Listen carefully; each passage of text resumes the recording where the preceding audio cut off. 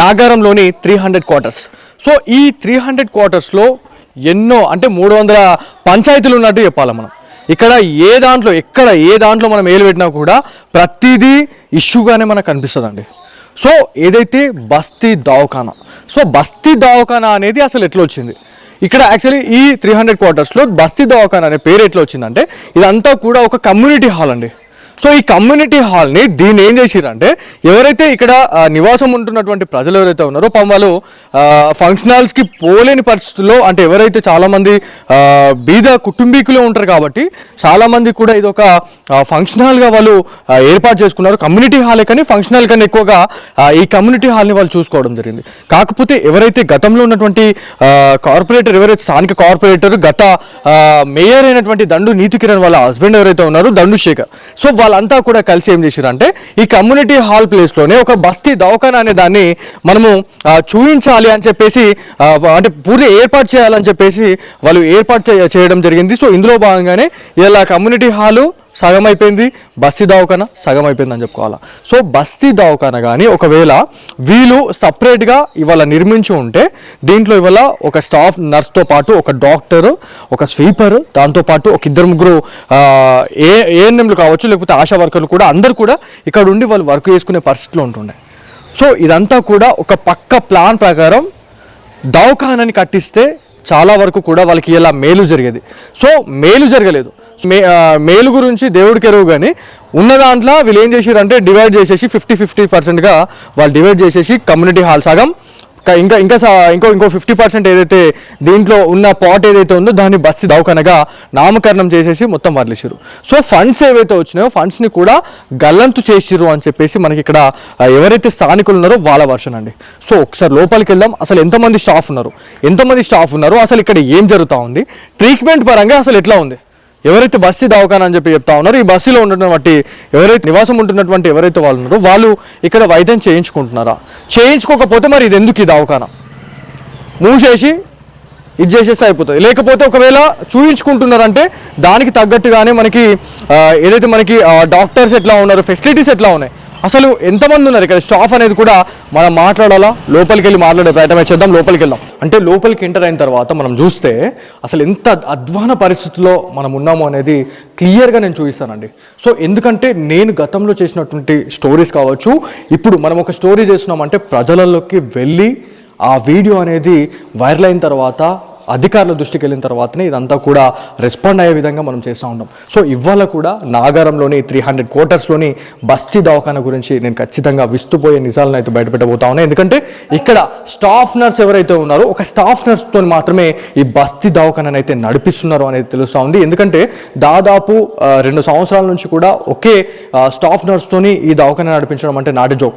ఎవరైతే ఆ staff nurse ఎవరైతే ఉన్నారో నిజంగా ఇక్కడ ఆ ఒక్క పర్సనే చేయడం అనేది కత్తి మీద సాము అని చెప్పుకోవాలి. ఎందుకంటే ఇదంతా కూడా చాలా హెవీ రిస్ట్రిక్టెడ్ ఏరియాగా మనం చెప్పుకుంటా ఉంటాం. నార్మల్గా ఈ పరిసర ప్రాంతాల గురించి మనం మాట్లాడుకుంటే బస్సు దవాఖానా ఏదైతే ఉందో ఎక్కడ చూసినా కూడా గాజు పెంకలు అవి ఉన్నాయి. ఏంది గాజు పెంకలు అని చెప్పేసి మీరు అనుకుంటుండొచ్చు. రాళ్లతోని తాగిన మైకంలో పలగొట్టిరు అని చెప్పేసి వాళ్ళు చెప్తా ఉన్నారు. సో దాంతోపాటు ఏదైతే ఇక్కడ మనం మాట్లాడుకుంటే ఈ బస్తీ దవాఖానలో ఒక MBBS హోదాలో ఉన్నటువంటి ఒక మెడికల్ ఆఫీసర్ ఇక్కడ ఉండాలి, దాంతోపాటు ఒక సపోర్టింగ్ నర్స్ అనేది కూడా వాళ్ళు ఇక్కడ ఉండాలి. కాకపోతే ఒకరితోనే ఇదంతా కూడా నడిపించడం అనేది కూడా చాలా వరకు బాధాకరం. ఇదంతా కూడా బస్తీ దవాఖానా అండి. సో ఇక్కడ మేడం అయితే ఉన్నారు, వాళ్ళు పని చేసుకుంటా ఉన్నారు. ఎవరైతే ఇక్కడ బస్తీలో ఉన్నటువంటి వాళ్ళు ఎవరైతే ఉన్నారో ఇక్కడ చూయించుకోవడానికి నిత్యం వస్తూనే ఉంటారు. సో వాళ్ళతో ఒకసారి మాట్లాడడం. అమ్మ మీరు ఏం చూయించుకోవడానికి వచ్చారు? కాలేజీలకు వస్తుంది, నడుములు వస్తున్నది, 4 వెనకబడి అవుతుంది. అమ్మ ఎంతమంది ఉంటారు డాక్టర్లు? డాక్టర్ లేదు సార్, ఇంతకుముందు మేడం ఉండే, మేడం వెళ్ళిపోయింది. మొన్న సార్ వచ్చాడు, సార్ కరెక్ట్ వస్తలేదు. ఇప్పుడు ఆయన వస్తుండు, రోజు వస్తలేడు. ఈ మేడం ఇట్లా చూసి ఇట్లా గోళ్ళు ఇచ్చేస్తే పంపిస్తున్నాయి. సో మేడం ఒక్కరే ఉన్నారు ఇక్కడ, వర్క్ ఉంటుంది. ఆ నూకులే చేసులే అట్లా ఉంటుంది. ఇక్కడ ఈ బస్సు దవాఖానలో దాదాపు ఏ విండోస్ ని చూసుకున్నా కూడా పలిగిపోయినాయి ఉన్నాయి. అంటే అద్దాలు వలగొట్టేసి మొత్తం మీద అంతా గందరగోళం లాగా అనిపిస్తా ఉంది. మరి ఆమె ఒక్కరే ఉన్నారు, ఒక మహిళ ఇక్కడ వర్క్ చేయడము బాధాకరం, భయంకరంగా ఉంది. భయంకరంగా ఉంది సార్. ఆమె ఒక్క ఉండదు, భయంకరంగా ఉన్నది. ఆమె తోడు ఎవరైనా ఉంటుంది, అది వేడి ఉంటుంది కదా. ఒక ఆమె భయంకరంగా ఉన్నది. ఆమె లోపలనే ఉంటుంది, మస్తనే ఆ డోర్ తీస్తుంది ఆమె. ఎగ్జాక్ట్లీ. సో ఖచ్చితంగా మనం మాట్లాడాల్సిన పరిస్థితి ఎంతైనా ఉంది. ఎందుకంటే ఒక సపోర్టింగ్ స్టాఫ్ లేకుండా, ఒక మెడికల్ ఆఫీసర్ లేకుండా వాళ్ళు ఇక్కడ పని చేయడం అనేది నిజంగా కత్తి మీద సామని చెప్పుకోవాలా. సో ఇక్కడ మేడం అయితే ఉన్నారు. మేడం అంటే ఎప్పటి నుంచి ఇక్కడ వర్క్ చేస్తున్నారు అనే దానిపైన అయితే ఖచ్చితంగా మనం మాట్లాడితే మనకు క్లారిటీ అయితే ఉంటుంది. మేడం నమస్తే మేడం. మేడం మీరు ఎప్పటి నుంచి ఇక్కడ వర్క్ చేస్తున్నారు? నేను 3 years 2022 ఆగస్టు 25th ఓపెన్ అయిందండి. మేడం ఇక్కడ 1 year ఉన్నారు. 1 year తర్వాత మేడం రిజైన్ చేశారు. అప్పటి నుంచి నేనైతే ఒక్కదాన్నే చేస్తున్నానండి. కరెక్ట్ ఫెసిలిటీస్ కూడా లేవండి. ఎవరైతే మనకి బయట వాళ్ళతో మాట్లాడినప్పుడు వాళ్ళు అదే సమానం చెప్పారు. నేను ఒకసారి చూపిస్తా. నేను ఆల్రెడీ ఇక్కడికి రావడం జరిగింది. మీరు ఒక్కసారి రావచ్చు. ఈ దీంట్లో దాదాపు 2 బాత్రూమ్స్ ఉన్నాయండి. ఈ 2 బాత్రూమ్స్లో వాటర్ లేక ఇక్కడ ఎవరైతే స్టాఫ్ ఉన్నారో వాళ్ళు బయటకు వెళ్ళి, అంటే ఎవరైతే మనకి చుట్టుపక్కల ఇండ్లు ఏవైతే ఉన్నాయో ఆ ఇండ్లకి వెళ్ళి వాళ్ళు వెళ్ళాల్సిన పరిస్థితి అయితే ఉందండి. ఎంత దారుణం అండి చెప్పండి. ఎన్ని సంవత్సరాలుగా, అంటే దాదాపు 2 సంవత్సరాల నుంచి కూడా ఇట్లాంటి సిచ్యువేషన్ ఉందంటే వాళ్ళు ఎట్లా వచ్చి వర్క్ చేస్తారు? ఇక్కడ మ్యాన్ పవర్ ఏమన్నా ఉందా అంటే మ్యాన్ పవర్ ఏం లేదు. ఒకే నర్స్తోనైతే ఇదంతా కూడా చేయడం జరుగుతూ ఉంది. స్టాఫ్ నర్స్తోనైతే చేయిస్తూ ఉన్నారు ఇదంతా అని చెప్పి చెప్తా ఉన్నారు. దీంట్లో కరెక్ట్ వాటర్ కూడా రావట్లేదు. ఒక్కసారి మనం ఇటు రావచ్చు. ఇక్కడ సిచ్యువేషన్ చూడండి. ఇగో వాటర్ రావు, ఏం రావు.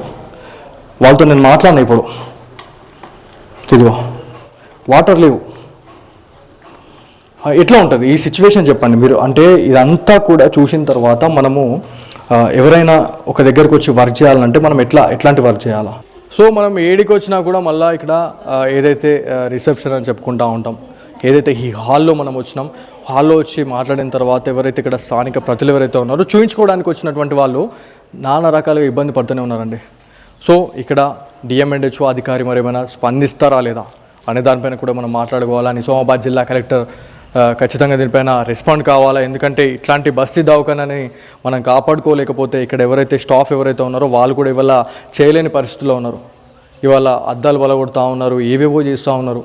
ఇక్కడ ఒక ఉమెన్ ఇక్కడ పని చేయాలంటే కూడా ఇవాళ భయపడుతున్న పరిస్థితి ఉంది. ఇంకొకరు కూడా ఇక్కడికి రావడం జరిగింది. ఒకసారి వారితో మాట్లాడడం. అమ్మ మీరు ఎక్కడి నుంచి వచ్చారు? మేము ఇక్కడనే ఉంటాం 300 క్వార్టర్స్లోనే. ఇక్కడ ట్రీట్మెంట్ ఎట్లా ఉంటుంది అమ్మ? నార్మల్ మంచిగానే ఉంటుంది, మంచిగానే చూస్తారు, మంచిగానే ఉంటుంది. నువ్వన్నీ గింత అదొకటి ఇదొకటి ఇట్లా తాక్కుంటా తెల్లని దాకా అద్దాలు వాళ్ళ కొట్టుడు, అది వాళ్ళ కొట్టుడు, ఇది వాళ్ళ కొట్టుడు, ఇట్లుంటే ఎట్లుంటుంది. ఆమెకు కూడా ఇబ్బందే కదా, భయమే పడుతుంది కదా. ఒక్కతే ఉంది ఇక్కడ ఆమె కూడా ఒకరే ఉన్నారు. ఒకరు దానికి భయం కాదా? వాళ్ళని ఉంటేనేమో మంచిగా ఉంటుంది. ఇట్లా చేస్తే తెల్లని దాకా పొద్దున దాకా తాక్కుంటా ఇవన్నీ వాళ్ళకి కొట్టుడు, ఇది అన్నీ ఇది చేస్తే ఒక్కదానికి భయం కాదా? ఇట్లా చేస్తే ఎట్లుంటుంది? దావఖాన అన్నప్పుడు దావఖాన లెక్కనే ఉండాలి. ఇట్లా ఉండకుంటే ఎట్లుంటుంది? ఇక వస్తుంటే నాకు ఒక్కదా ఉండాలంటే ఆమె కూడా ఇబ్బంది పడుతున్నది. ఎట్లుండాలా ఏంత ఇట్లా చేస్తున్నారు చెప్తున్నారు.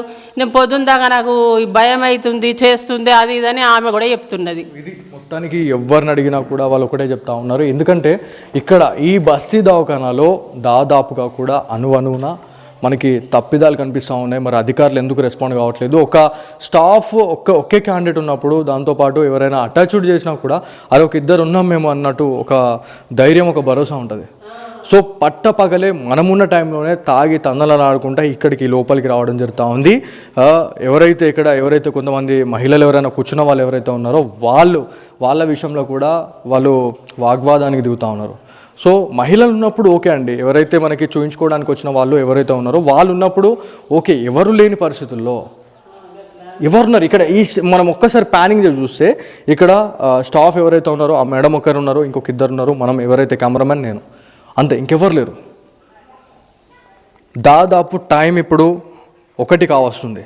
ఈ టైంలోనే అసలు ఎవరు లేరంటే నార్మల్గా మనం వెళ్ళిపోయినామంటే ఆ మేడం ఒకరే ఇక్కడ పని చేసుకుంటూ ఉండాలి. సో ఇది మొత్తానికి